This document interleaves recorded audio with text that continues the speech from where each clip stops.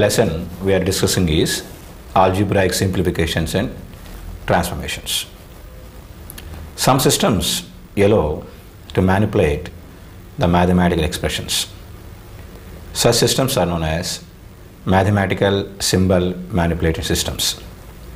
Here we are going to discuss design techniques or different techniques used in these mathematical transformation systems. Now let us discuss what is a mathematical transformation. Now let us define what is meant by algebraic transformation. Let us have an input I which is a member of set S1 and a function f of I which describes what must be computed. The output of f of I is automatically a member of set S1. Even there exists a method for computing f of I using operations on elements in S. This method may be inefficient. The algebraic transformation technique suggests that we alter the input into another form, producing a member of S2, contains exactly the same elements as S1, except it assumes a different representation for them. Once the answer in S2 is computed, an inverse transformation is performed to yield the result in S1. So we have seen the algebraic transformation. So this transformation mainly used to convert conventional methods to new methods.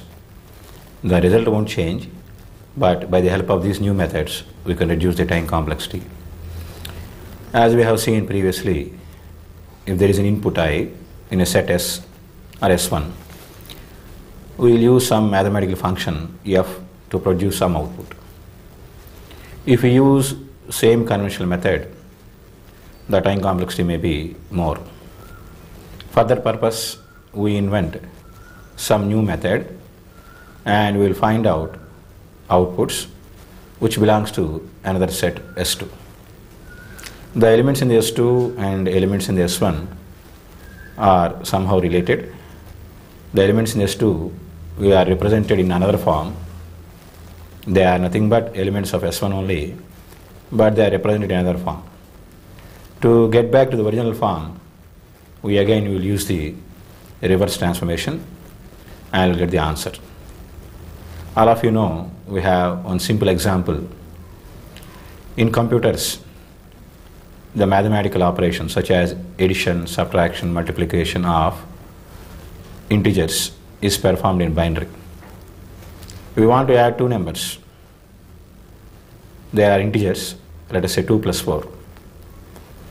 These are decimal numbers. They are converted into binary. Inside, they are added, and again they are converted back to the decimal. So this is a new method which reduces the time complexity. So let us go for one or two examples to understand clearly this algebraic transformation in the next slide. Now let us consider the first example. In this first example, we have a set S1, set of integers in decimal form, and another set S2, a set of integers in binary form. If two integers of set S1 are to be added, we convert them into binary elements of set S2,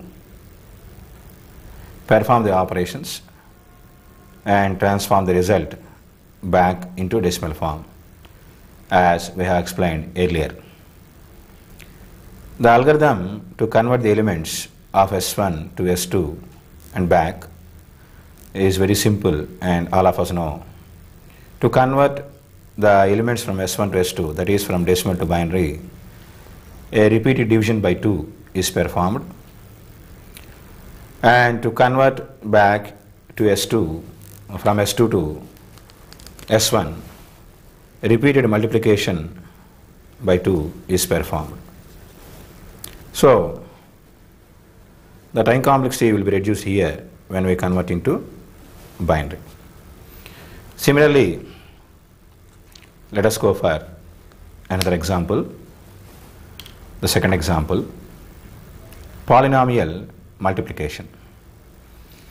Let S1 is the set of n degree polynomials and S2 the same set of polynomials represented by their values at 2n plus 1 points.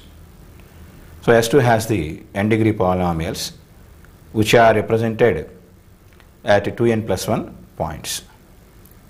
Now, if two polynomials a of x and b of x of set S1 are to be multiplied, time taken will be O of n square. Hence, we convert them into elements of S2, that is polynomials at 2n plus 1 points. Therefore, ax and bx are evaluated at 2n plus 1 points and corresponding points are multiplied. Therefore, this requires only multiplication of corresponding points and the time complexity is O of n. So, from these two examples,